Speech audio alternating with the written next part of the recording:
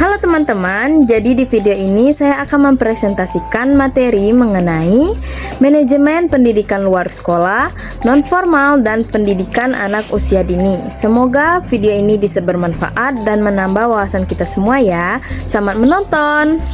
Pengertian manajemen pendidikan.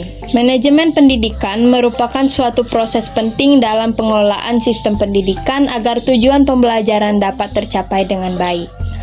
Dalam pelaksanaannya, manajemen pendidikan mencakup berbagai kegiatan yang saling berkaitan untuk memastikan seluruh proses pendidikan berjalan secara terarah dan terorganisir.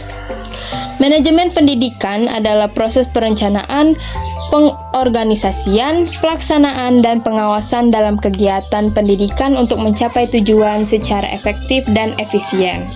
Pendidikan luar sekolah atau PLS. Pendidikan luar sekolah merupakan salah satu bentuk pendidikan yang sangat penting dalam memberikan kesempatan belajar kepada masyarakat di luar jalur formal.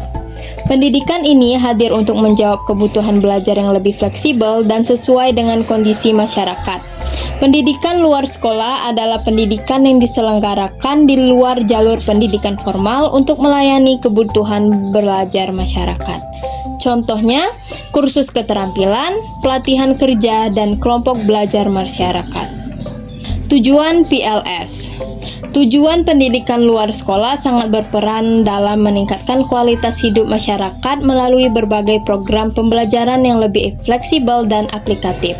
Pendidikan ini tidak hanya berfokus pada pengetahuan, tetapi juga keterampilan yang dapat langsung diterapkan dalam kehidupan sehari-hari. Yang pertama, memberikan kesempatan belajar sepanjang hayat. Yang kedua, mengembangkan keterampilan dan kecakapan hidup. Yang ketiga, meningkatkan kesejahteraan masyarakat. Dan yang terakhir, mengurangi angka putus sekolah. Pendidikan non-formal. Pendidikan non-formal merupakan bagian penting dari sistem pendidikan yang memberikan kesempatan belajar lebih fleksibel bagi masyarakat. Pendidikan ini hadir untuk melengkapi pendidikan formal dengan memberikan keterampilan dan pengetahuan yang lebih praktis. Pendidikan non-formal adalah jalur pendidikan di luar pendidikan formal yang terstruktur dan berjenjang, namun fleksibel. Contoh, PKBM atau Pusat Kegiatan Belajar Masyarakat. Yang kedua, lembaga kursus dan pelatihan. Yang ketiga, pendidikan keaksaraan. Ciri-ciri pendidikan non-formal. Pendidikan non-formal memiliki karakteristik khusus yang membedakannya dari pendidikan formal. Ciri-ciri ini membuat pendidikan non-formal lebih fleksibel dan mudah diakses oleh berbagai kalangan masyarakat sesuai dengan kebutuhan mereka. Yang pertama, fleksibel dalam waktu dan tempat. Yang kedua, berorientasi pada kebutuhan peserta. Yang ketiga, tidak terikat usia. Dan yang terakhir, lebih praktis dan aplikatif. Fungsi pendidikan non-formal. Pendidikan non-formal memiliki peran yang sangat penting dalam mendukung sistem pendidikan secara keseluruhan, terutama dalam memberikan kesempatan belajar bagi masyarakat yang tidak terjangkau pendidikan formal. Yang pertama, sebagai pengganti, penambah, atau pelengkap pendidikan formal. Yang kedua, memberikan keterampilan kerja.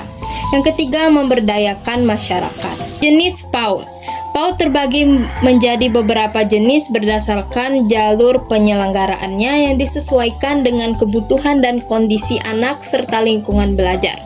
Yang pertama, formal, yaitu TK dan RA.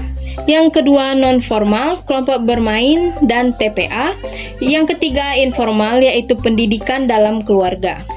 Prinsip PAUD.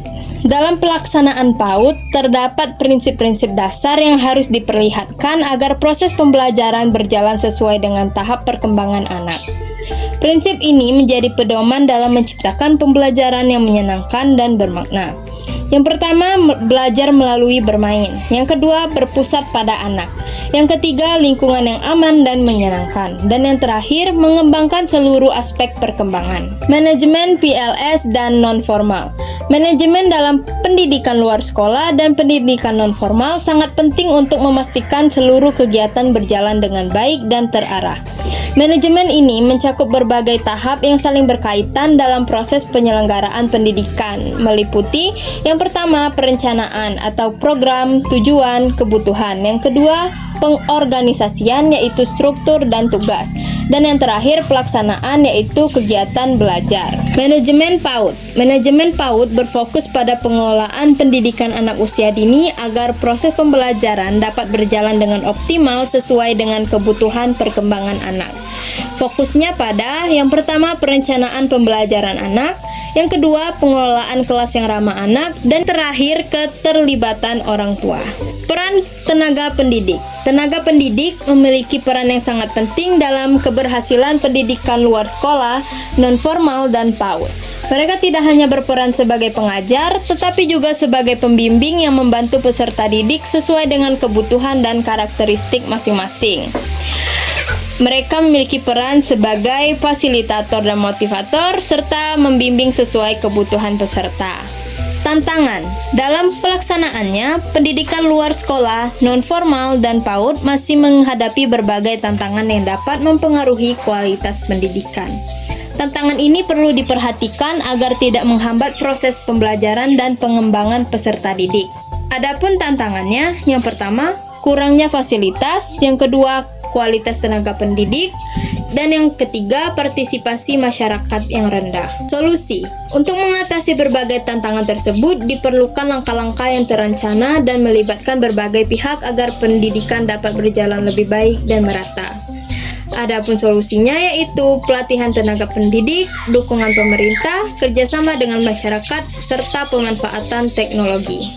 Kesimpulan: manajemen pendidikan luar sekolah, pendidikan non-formal, dan PAUD memiliki peran yang sangat penting dalam mendukung sistem pendidikan secara keseluruhan. Ketiga bidang ini membantu menciptakan kesempatan belajar yang lebih luas bagi masyarakat, meningkatkan kualitas sumber daya manusia, serta mendukung terciptanya pendidikan yang inklusif dan merata.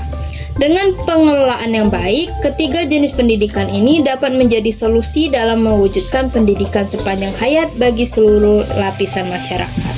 Itulah materi yang dapat saya sampaikan pada video kali ini. Semoga bisa bermanfaat dan menambah wawasan kita semua. Terima kasih sudah menonton dan sampai jumpa di video selanjutnya.